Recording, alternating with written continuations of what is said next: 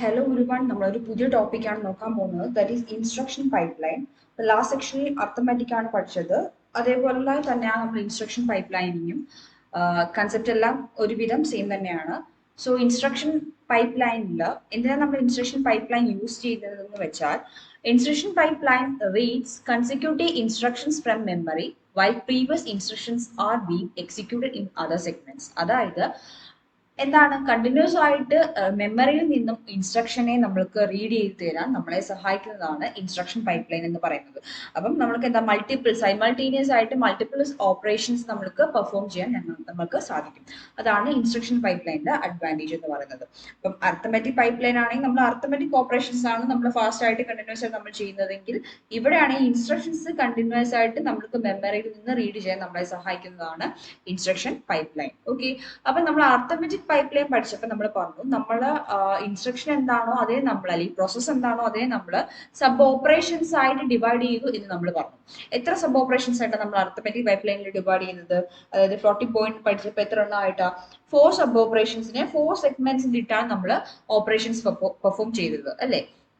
അതേപോലെ നമ്മൾ ഇവിടെയാണെങ്കിൽ നമ്മൾ ഇൻസ്ട്രക്ഷനെ നമ്മൾക്ക് റീഡ് ചെയ്യണമെങ്കിൽ നമ്മൾ ഇവിടെ നമ്മളെ എന്താണ് നമ്മളെ പ്രോസസ് അല്ലെങ്കിൽ ഇൻസ്ട്രക്ഷൻ എന്താണോ അതിനെ നമ്മൾ എത്ര സബ് ഓപ്പറേഷൻസ് ആയിട്ടാണ് ഡിവൈഡ് ചെയ്യുന്നത്? 6 സബ് ഓപ്പറേഷൻസ് ആയിട്ടാണ് ഡിവൈഡ് ചെയ്യുന്നത്. ഈ 6 സബ് ഓപ്പറേഷൻസിനെ നമ്മൾ 4 സെഗ്മെന്റിലാണ് നമ്മൾ കയറ്റി എക്സിക്യൂട്ട് ചെയ്യുന്നത്. ഓക്കെ, അപ്പം ഇൻസ്ട്രക്ഷൻ പൈപ്പ് ലൈൻ എന്ന് പറയുമ്പോൾ നമ്മൾ മെമ്മറിയിൽ നിന്ന് കണ്ടിന്യൂസ് ആയിട്ട് കൺകറന്റ്ലി നമ്മൾക്ക് ഇൻസ്ട്രക്ഷൻ റീഡ് ചെയ്യാൻ നമ്മൾ യൂസ് ചെയ്യുന്നതാണ് ഇൻസ്ട്രക്ഷൻ പൈപ്പ് ലൈൻ എന്ന് പറയുന്നത്.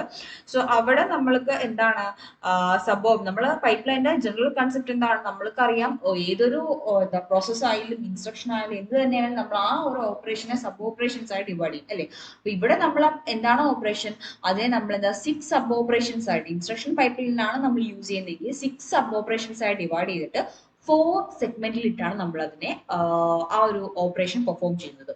അപ്പം ഏതൊക്കെയാ 6 സബ് ഓപ്പറേഷൻസ് നമുക്ക് നോക്കാം. First one, fetch the instruction.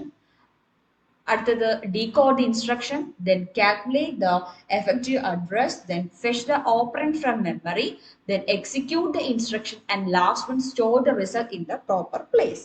Okay, അപ്പം നമ്മൾക്ക് ലാസ്റ്റ് കേസിൽ നമ്മൾ അർത്ഥമെറ്റിക് പഠിച്ചപ്പോൾ 4 ഓപ്പറേഷൻ നമ്മൾക്ക് 4 സെഗ്മെന്റ്, ഓരോ ഓപ്പറേഷനും ഓരോ സെഗ്മെന്റിലും ഇട്ടു. അപ്പൊ നിങ്ങൾ വിചാരിക്കും ഇവിടെ എങ്ങനെ 6 ഓപ്പറേഷൻ ഇല്ല, അതെങ്ങനെയാ നമ്മൾക്ക് എന്താ 4 സെഗ്മെന്റ് കയറ്റുക? അപ്പൊ നമ്മൾ ഇവിടെ 2 ഓപ്പറേഷനൊക്കെ നമ്മൾ ഒരുമിച്ചിട്ട് ഒരു സെഗ്മെന്റിലായിരിക്കും പെർഫോം ചെയ്യുന്നത്. അതായത് ഫെച്ച് ചെയ്യാനുള്ള ഒരു ഇൻസ്ട്രക്ഷൻ ഞാൻ ഒരു സെഗ്മെന്റ് കയറ്റി. സപ്പോസ് ആ ഒരു സെഗ്മെന്റിനെ ഞാൻ FI വെച്ചാണ് റെപ്രസെന്റ് ചെയ്യുന്നതെന്ന് വെച്ചോ. ഓക്കെ, അപ്പൊ FI എന്ന് പറഞ്ഞ സെഗ്മെന്റിൽ എന്താ ചെയ്യുന്ന ഓപ്പറേഷൻ? ആ ഇൻസ്ട്രക്ഷൻ എന്താണ്? ആ ഇൻസ്ട്രക്ഷനെ ഫെച്ച് ചെയ്യുകയാണ് ചെയ്യുന്നത്.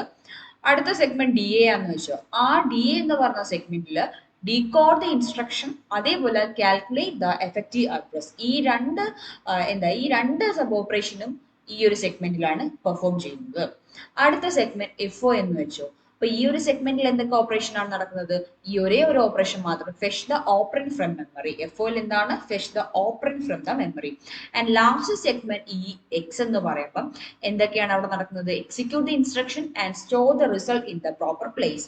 അപ്പൊ ഈ 6 ഓപ്പറേഷൻസിനെ 4 സെഗ്മെന്റിൽ ഇട്ട് നമ്മൾ പെർഫോം ചെയ്യും. ഏതൊക്കെയാണ് 4 സെഗ്മെന്റ് നെയിമിംഗ് നമ്മൾ ഇവിടെ കൊടുത്തത്? FI എന്നും DA എന്നും FO എന്നും EX എന്നുമാണ് കൊടുത്തത്. അങ്ങനെ ഈ 4 സെഗ്മെന്റിലിട്ടാണ് നമ്മൾ ഈ ഒരു 6 ഓപ്പറേഷൻ നമ്മൾ പെർഫോം ചെയ്യുന്നത്. ഇത് എന്തിന്റെ കേസാണ്? ഇൻസ്ട്രക്ഷൻ പൈപ്പ് ലൈനിന്റെ കേസിലാണ് ഇങ്ങനെ ഒരു അറേഞ്ച്മെന്റ് ഉള്ളത്. ഓക്കെ, അപ്പൊ അതിന്റെ നമുക്കൊരു ഗ്രാഫിക്കൽ റെപ്രസെന്റേഷൻ നമുക്ക് നോക്കാം. ഈ പറഞ്ഞ ഈ കാര്യങ്ങൾ തന്നെയാണ് ഉള്ളത്. അപ്പം ഇത് ഒരു ഗ്രാഫിക്കൽ റെപ്രസെന്റേഷൻ ആണ്. അപ്പൊ നിങ്ങൾ ഇവിടെ വരയ്ക്കണം, അതായത് മാർക്ക് ചെയ്യണം. ഹൊറിസോണ്ടൽ ആക്സിസ് എന്ന് പറയുന്നത് ക്ലോക്ക് സൈക്കിൾ ആണ് കാണിച്ചിരിക്കുന്നത്. ഓക്കെ, അതേപോലെ വെർട്ടിക്കൽ എന്ന് പറയുന്നത് ഇൻസ്ട്രക്ഷൻ തന്നെയാണ് കാണിച്ചിരിക്കുന്നത്. അപ്പം നമുക്ക് നോക്കാം. ഫസ്റ്റ് ക്ലോക്ക് സൈക്കിൾ, എത്ര ക്ലോക്ക് സൈക്കിൾ ഉണ്ട്? 13 ക്ലോക്ക് സൈക്കിൾ ഇവിടെ കാണിച്ചിട്ടുണ്ട്. നമ്മൾക്ക് F1 DA FO EX. എന്തൊക്കെയാണ് ഈ F1 DA ഒക്കെ? അതൊക്കെ സെഗ്മെന്റ്സ് ആണ്. FI ആണ് കേട്ടോ. FI DA FO EX ഇതൊക്കെ സെഗ്മെന്റ്സ് ആണ്. അപ്പം നമ്മൾക്കറിയാം എത്ര ഇൻസ്ട്രക്ഷൻ ഉണ്ട്? നമ്മൾക്ക് 7 ഇൻസ്ട്രക്ഷൻ.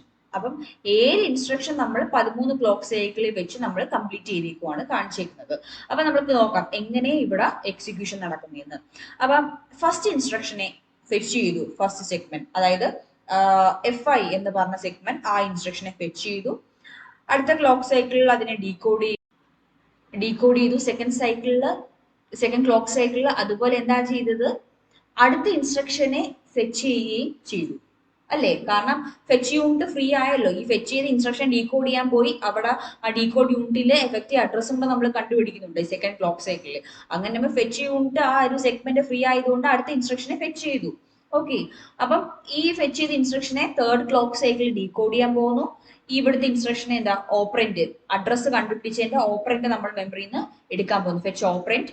അപ്പൊ തേർഡ് ക്ലോക്ക് സൈക്കിളിൽ ഫസ്റ്റ് ഇൻസ്ട്രക്ഷന്റെ FO നടക്കും, അതായത് ഓപ്പറന്റിനെ ഫെച്ച് ചെയ്യുകയും ചെയ്യുന്നുണ്ട്. അതേപോലെ സെക്കൻഡ് ഇൻസ്ട്രക്ഷന്റെ ഡീകോഡിംഗ് നടക്കും. അപ്പൊ വീണ്ടും നമ്മളെ ഫെച്ച് ചെയ്യാനുള്ള ഒരു സെഗ്മെന്റ് ഫ്രീ ആണ്. അപ്പൊ ഇത് തേർഡ് ഇൻസ്ട്രക്ഷനെ ഫെച്ച് ചെയ്യുന്നു. അപ്പൊ നമ്മൾ എന്താണ് ഈ ഒരു സംഭവം എന്ന് പറയുമ്പോൾ നമ്മൾ ആ അർത്ഥമാറ്റിക് പൈപ്പ് ലൈൻ പറഞ്ഞ മാതിരി ആ പൈപ്പ് ലൈനിന്റെ ബേസിക് കൺസെപ്റ്റ് ആണ്. അതായത് ഒരാൾ എക്സിക്യൂട്ട് ചെയ്യുമ്പോൾ മറ്റേ ആളെ ഫെച്ച് ചെയ്യുന്നു, അത് തന്നെയാണ് നടക്കുന്നത്. അപ്പം നമ്മൾ ഇങ്ങനെ ഫെച്ച് ചെയ്ത് എക്സിക്യൂട്ട് ചെയ്ത് ഇങ്ങനെ വരുമ്പോൾ നമ്മൾ നോക്കുമ്പം തേർഡ് ഇൻസ്ട്രക്ഷൻ എന്ന് പറയുന്നതാണ് ഒരു ബ്രാഞ്ച് ഇൻസ്ട്രക്ഷൻ കയറി വന്നു. ഓക്കെ, അപ്പൊ നമ്മൾ തേർഡ് ക്ലോക്ക് സൈക്കിളിൽ ഈ ഒരു ബ്രാഞ്ച് ഇൻസ്ട്രക്ഷനെ ഫെച്ച് ചെയ്തു, അതിനെ ഡീകോഡ് ചെയ്യാൻ പോവുകയാണ്. ഫോർത്ത് ക്ലോക്ക് സൈക്കിളിൽ ആ ഒരു ബ്രാഞ്ച് ഇൻസ്ട്രക്ഷനെ ഡീകോഡ് ചെയ്യാൻ പോവാണ്. അപ്പൊ നമ്മൾക്കറിയാം ഫെച്ച് യൂണിറ്റ് ഫ്രീ ആണ്. അപ്പൊ അടുത്ത ഫോർത്ത് ഇൻസ്ട്രക്ഷനെ ഫെച്ച് ആ ഒരു സെഗ്മെന്റ് ഫെച്ച് ചെയ്ത് വെച്ചു. പക്ഷെ നമ്മൾക്ക് അറിയേണ്ട ഒരു കാര്യം, ഇൻസ്ട്രക്ഷൻ പൈപ്പ് ലൈനിങ്ങിൽ ഇപ്പൊ നമ്മൾ ഇൻസ്ട്രക്ഷൻ എന്ന് പറയുന്നത് ബ്രാഞ്ച് ഇൻസ്ട്രക്ഷൻ വന്നാൽ അഡ്രസ്സ്, ഇപ്പൊ ബ്രാഞ്ച് ഇൻസ്ട്രക്ഷൻ എന്ന് പറയുമ്പോൾ എന്താ, ജമ്പ് അല്ലെ, അതൊക്കെ ബ്രാഞ്ച് ഇൻസ്ട്രക്ഷൻ അല്ലേ. ഇപ്പൊ ജമ്പ്, ഇപ്പം നമ്മളിപ്പം സപ്പോസ് ഞാനിപ്പോ അഡ്രസ് 1000-ലാണ് നിൽക്കുന്നത്. അപ്പൊ നമ്മൾ നോർമലി പി സി അടുത്ത 1001-ലേക്ക് പോകുന്നത്. അടുത്ത അഡ്രസ്സിന് തൊട്ടടുത്ത അഡ്രസ് 1001 ആണെങ്കിൽ 1001-ലാണ് പോകുന്നത്. അപ്പൊ ആ 1001-ൽ ഇരിക്കുന്ന ഇൻസ്ട്രക്ഷൻ ആണ് ഇവിടെ ഫെച്ച് ചെയ്ത് വെച്ചേക്കുന്നത്. പക്ഷേ ബ്രാഞ്ച് ഇൻസ്ട്രക്ഷൻ വരുമ്പം ആ ബ്രാഞ്ച് ഇൻസ്ട്രക്ഷന്റെ ടാർഗറ്റ് അഡ്രസ്സ് എക്സിക്യൂട്ട് ചെയ്ത് കണ്ടാൽ മാത്രമേ നമുക്ക് ഏതാണ് അഡ്രസ്സും ഏതാ ഇൻസ്ട്രക്ഷനും നമ്മൾക്ക് അറിയാൻ പറ്റുള്ളൂ. അപ്പം ഇതായിരിക്കണം എന്നില്ല അല്ലേ? അപ്പൊ നമ്മൾ ഈ ബ്രാഞ്ച് വരുന്ന കേസിൽ നമ്മൾ വെയിറ്റ് ചെയ്യണം, ആ ടാർഗറ്റ് അഡ്രസ്സ് എക്സിക്യൂട്ട് ചെയ്ത് കാണുന്നവരെ നമ്മൾ വെയിറ്റ് ചെയ്യണം. അതുകൊണ്ടാണ് ഈ ഫോർത്ത് ഇൻസ്ട്രക്ഷൻ ഫെച്ച് ചെയ്തിട്ട് ഡീകോഡ് ചെയ്യാൻ പോകാത്തത്. കാരണം ഇതല്ല നമ്മളുടെ എന്താണ് നമ്മളെ അഡ്രസ്സ്, യഥാർത്ഥത്തിൽ ഇതല്ല. കാരണം ബ്രാഞ്ച് ഇൻസ്ട്രക്ഷൻ ആണ്. അപ്പം ബ്രാഞ്ച് വേറെ എവിടെയെങ്കിലും ടാർഗറ്റ് അഡ്രസ്സ് വേറെ ഏതെങ്കിലും അഡ്രസ്സ് ആയിരിക്കും പറയുന്നത്. സോ അതുകൊണ്ട് നമ്മൾക്ക് ഇയാളെ ഡീകോഡ് ചെയ്യാൻ പറ്റില്ല. ഡീകോഡ് ചെയ്താൽ നമുക്ക് തെറ്റാ കിട്ടുന്നത്. അപ്പൊ നമ്മൾ എന്ത് ചെയ്യും, ഈ ഫെച്ച് ചെയ്ത് ഈ ബ്രാഞ്ച് ഇൻസ്ട്രക്ഷൻ ഫെച്ച് ചെയ്തു, ഡീകോഡ് ചെയ്തു, അതിന്റെ ഓപ്പറന്റിനെയൊക്കെ എടുത്തു, പിന്നെ നമ്മൾ ഫൈനലി എക്സിക്യൂട്ട് ചെയ്ത് അതിന്റെ റിസൾട്ട് നമ്മൾ സ്റ്റോർ ചെയ്തു. അപ്പൊ അപ്പോഴാണ് നമുക്ക് അറിയാവുന്ന ടാർഗറ്റ് അഡ്രസ്സ് നമ്മൾ ഏതാണ്. അപ്പൊ നമ്മൾ എന്ത് ചെയ്യും, ഈ ഓപ്പറേഷൻ കഴിയാതെ നമ്മൾക്ക് ഈ ഒരു എന്താ അടുത്ത ഇൻസ്ട്രക്ഷൻ ഫെച്ച് ചെയ്യാൻ പറ്റത്തില്ല. അപ്പൊ നമ്മൾ ഈ ഒരു ഓപ്പറേഷൻ, അതായത് ഈ തേർഡ് ഇൻസ്ട്രക്ഷന്റെ കംപ്ലീറ്റ് എക്സിക്യൂഷൻ കഴിഞ്ഞാൽ മാത്രമേ എനിക്ക് അടുത്ത ഇൻസ്ട്രക്ഷനെ ഫെച്ച് ചെയ്യാൻ പറ്റൂ. സോ അപ്പൊ എന്താണ്, വീണ്ടും ഫെച്ച് ആ ഒരു സെഗ്മെന്റ് പുതിയ ഇൻസ്ട്രക്ഷൻ ആ ടാർഗറ്റ് അഡ്രസ് അനുസരിച്ച് ആ ഒരു ഇൻസ്ട്രക്ഷൻ ഫെച്ച് ചെയ്തു, അയാളെ ഡീകോഡ് ചെയ്തു. അപ്പൊ ഡീകോഡ് ചെയ്യുമ്പോൾ വീണ്ടും ഫെച്ച് യൂണിറ്റ് ഫ്രീ ആയി അല്ലേ? അതുകൊണ്ട് വീണ്ടും ഫിഫ്ത്ത് ഇൻസ്ട്രക്ഷനെ ഫെച്ച് ചെയ്തു, അയാൾ ഡീകോഡ് ചെയ്യാൻ പോകുന്നു. 9th ക്ലോക്ക് സൈക്കിളിൽ ആ ഫോർത്ത് ഇൻസ്ട്രക്ഷനെ അതിന്റെ ഓപ്പറൻസിനെ ഫെച്ച് ചെയ്തു, പിന്നെ അതിനെ എക്സിക്യൂട്ട് ചെയ്യുന്നു. അപ്പം ബാക്കി ആ പ്രോസസ്സ് അങ്ങനെ തന്നെയാണ്. അപ്പൊ നിങ്ങൾ ഈ ഒരു ഇൻസ്ട്രക്ഷൻ പൈപ്പ് ലൈൻ പറയുമ്പോൾ അറിഞ്ഞിരിക്കുന്ന ഒരു കാര്യം, ബ്രാഞ്ച് ഇൻസ്ട്രക്ഷൻ വരുവാണെങ്കിൽ ടാർഗറ്റ് അഡ്രസ്സ് ഫുൾ കണ്ടുപിടിക്കാതെ, അതായത് ആ ഇൻസ്ട്രക്ഷൻ ഫുൾ എക്സിക്യൂട്ട് ചെയ്യാതെ നമ്മൾക്ക് അടുത്ത ഇൻസ്ട്രക്ഷനെ ഫെച്ച് ചെയ്യാൻ പറ്റത്തില്ല. കാരണം ഫെച്ച് ചെയ്താൽ തെറ്റായിരിക്കും. നമ്മൾ ടാർഗറ്റ് അഡ്രസ്സ് വേറെ ഏതെങ്കിലും ആയിരിക്കും പറയും, തൊട്ട് അടുത്ത അഡ്രസ്സിലല്ല പറയുന്നത്. ടാർഗറ്റ് ബ്രാഞ്ച് വരുമ്പോൾ നമ്മൾക്കറിയാം നെക്സ്റ്റ് മറ്റൊരു ലൊക്കേഷനിൽ പോകാനാണ്, വേറെ ഏതോ ഒരു ലൊക്കേഷനിൽ പോകാനാണ്. അപ്പൊ അതുകൊണ്ട് ഒരിക്കലും നമ്മൾക്ക് തൊട്ടടുത്ത ലൊക്കേഷൻ ആയിരിക്കത്തില്ല കിട്ടുന്നത്. സോ നമ്മൾക്ക് ഒരിക്കലും നമ്മൾക്ക് ഇതെന്താ ഇവിടെ ഉടനെ ഡീകോഡ് ചെയ്യാൻ പറ്റത്തില്ല ഈ ഒരു ഫോർത്ത് ഇൻസ്ട്രക്ഷൻ. ഓക്കെ, അപ്പം ഈ ഒരു ഡയഗ്രം നോക്കിയിട്ട് ശേക്കുക. ഓക്കെ, അടുത്ത നമ്മൾക്ക് ഇതിന്റെ ഫ്ലോ ചാർട്ടിലോട്ട് നമ്മൾക്ക് പോവാം. ഓക്കെ, ഇതാണ് നമ്മൾ പഠിച്ചേക്കുന്ന എല്ലാം ഞാൻ ഫസ്റ്റ് വീഡിയോ മുതലേ പറയുന്നുണ്ട്, പൈപ്പ് ലൈനിങ്ങിന്റെ എല്ലാം നമ്മൾ 4 സെഗ്മെന്റ് ആണ് നമ്മൾ പഠിക്കാനുള്ളത്. അപ്പം നമ്മൾ ഒരു 4 സെഗ്മെന്റിന്റെ ഇൻസ്ട്രക്ഷൻ പൈപ്പ് ലൈനിന്റെ ഒരു ഫ്ലോ ചാർട്ട് നോക്കുവാണ്. അപ്പൊ നമ്മൾ ഫസ്റ്റ് സെഗ്മെന്റിൽ, ഇത് സെഗ്മെന്റ് 1-ൽ നമ്മൾ എന്ത് ചെയ്യുന്നു, ഫസ്റ്റ് ഓപ്പറേഷൻ സബ് ഓപ്പറേഷൻ ആയ ഫെച്ച് ഇൻസ്ട്രക്ഷൻ ഫ്രം മെമ്മറി. എന്നിട്ട് നമ്മൾ എന്താ സെക്കൻഡ് സെഗ്മെന്റിൽ നമ്മൾ ആ ഇൻസ്ട്രക്ഷൻ ഡീകോഡ് ചെയ്തിട്ട് അതിന്റെ എഫക്റ്റീവ് അഡ്രസ്സ് കണ്ടുപിടിക്കുന്നു. സോ ആ എഫക്റ്റീവ് അഡ്രസ്സ് കണ്ടുപിടിക്കുമ്പോൾ നമുക്ക് ബ്രാഞ്ച് ഇൻസ്ട്രക്ഷൻ ആവാം അല്ലെ, ബ്രാഞ്ച് വരാം. സോ ഇപ്പം കണ്ടുപിടിച്ചപ്പോൾ നമുക്ക് ബ്രാഞ്ച് ആണ് ആണെങ്കിൽ എന്ത് ചെയ്യും നമ്മള്, ആണെങ്കിൽ ഉടനെ PC-നെ അപ്ഡേറ്റ് ചെയ്യണം. കാരണം ഞാൻ പറഞ്ഞു ഇപ്പൊ 1000 ആണ് ബ്രാഞ്ച് വരുമ്പോൾ നമ്മൾക്ക് വേറെ ഏതോ 1020 അല്ലെ 1100 വേറെ എന്തെങ്കിലും ഒക്കെ ആയിരിക്കും കിട്ടുന്നത് അല്ലേ? ഒരിക്കലും 1001 തൊട്ടടുത്തുള്ള സോ നമ്മൾ മറ്റൊരു അഡ്രസ് ആയിരിക്കും, അതുകൊണ്ട് നമ്മൾക്ക് പി സിനെ ആ ഒരു അഡ്രസ്സിലോട്ട് നമ്മൾക്ക് പോയിന്റ് ചെയ്യാൻ വേണ്ടി we have to update the P C. അത് നമ്മൾക്ക് പൈപ്പ് എം ടി ആയിട്ട് വീണ്ടും നമ്മൾ എന്താ ഇൻസ്ട്രക്ഷനെ ഫെച്ച് ചെയ്യാണ് ചെയ്യുന്നത്, ഡീകോഡ് ചെയ്ത് അങ്ങനെ പോകും. അപ്പം അഥവാ ഇപ്പം ബ്രാഞ്ച് ഇല്ല, ബ്രാഞ്ച് ഉള്ള കേസാണ് നമ്മൾ പറഞ്ഞത് അപ്ഡേറ്റ് ചെയ്ത് പോകുന്നത്, പി സിനെ അപ്ഡേറ്റ് ചെയ്ത് പോകുന്നത്. ഇപ്പൊ നമ്മൾക്ക് ബ്രാഞ്ച് ഇല്ലാത്ത കേസ് ആണെങ്കിൽ നമ്മൾ എന്താ ആ അഡ്രസ് ഇവിടെ നമ്മൾ കണ്ടുപിടിച്ചല്ലോ, അപ്പൊ അതിന്റെ ഓപ്പറന്റിനെ നമ്മൾ എടുക്കുക മെമ്മറിയിൽ നിന്ന്, എന്നിട്ട് ആ ഇൻസ്ട്രക്ഷൻ എക്സിക്യൂട്ട് ചെയ്യുക. അപ്പൊ ഇൻസ്ട്രക്ഷൻ എക്സിക്യൂട്ട് ചെയ്യുമ്പോൾ ഇന്ററപ്റ്റ് ഉണ്ടാകാം, ഉണ്ടാകാതിരിക്കാം. സപ്പോസ് ഇപ്പൊ ഇന്ററപ്റ്റ് ഉണ്ടാകുവാണെങ്കിൽ നമ്മൾക്ക് ആ ഒരു ഇന്ററപ്റ്റിനെ ഹാൻഡിൽ ചെയ്യണം. ഹാൻഡിൽ ചെയ്യുമ്പോൾ നമ്മൾ മറ്റൊരു ലൊക്കേഷൻ, മെമ്മറിയിലെ മറ്റൊരു ലൊക്കേഷനിലാണ് ഈ എന്താ ഇന്ററപ്റ്റ് ഹാൻഡ്ലിംഗ് എന്ന മറ്റൊരു പ്രോഗ്രാമാണ്. അപ്പൊ നമ്മൾക്ക് വീണ്ടും നമ്മൾക്ക് പി സിനെ ആ ഒരു പ്രോഗ്രാമിൽ കൊണ്ടുപോകണം, മറ്റൊരു അഡ്രസ്സിലായിരുന്നു ഇരിക്കുന്നത്, തൊട്ടടുത്ത അഡ്രസ്സിലൊന്നും അല്ല. അപ്പൊ നമ്മൾക്ക് വീണ്ടും പി സിനെ അപ്ഡേറ്റ് ചെയ്ത് ആ ഒരു ലൊക്കേഷനിലോട്ട് കൊണ്ടുപോകണം, ഇന്ററപ്റ്റ് ഹാൻഡ്ലിംഗിൽ ആ ഒരു പ്രോഗ്രാം ഇരിക്കുന്ന സ്ഥലത്തോട്ട് കൊണ്ടുപോയി ആ ഇന്ററപ്റ്റ് ഹാൻഡിൽ ചെയ്യണം. സോ അതുകൊണ്ട് വീണ്ടും പി സിനെ അപ്ഡേറ്റ് ചെയ്യുക, പൈപ്പ് എം ടി ആക്കുക, എന്നിട്ട് വീണ്ടും നമ്മൾ എന്താ മെമ്മറിയിൽ നിന്ന് ഇൻസ്ട്രക്ഷനെ ഫെച്ച് ചെയ്തുകൊണ്ടിരിക്കുക. സപ്പോസ് ഇപ്പം ഇന്ററപ്റ്റ് ഇല്ലെങ്കിൽ, ഉണ്ടെങ്കിൽ ഇങ്ങനെ ഇന്ററപ്റ്റിനെ ഹാൻഡിൽ ചെയ്യാൻ വേണ്ടി വീണ്ടും പി സിനെ അപ്ഡേറ്റ് ചെയ്ത് പോയി ചെയ്യുക.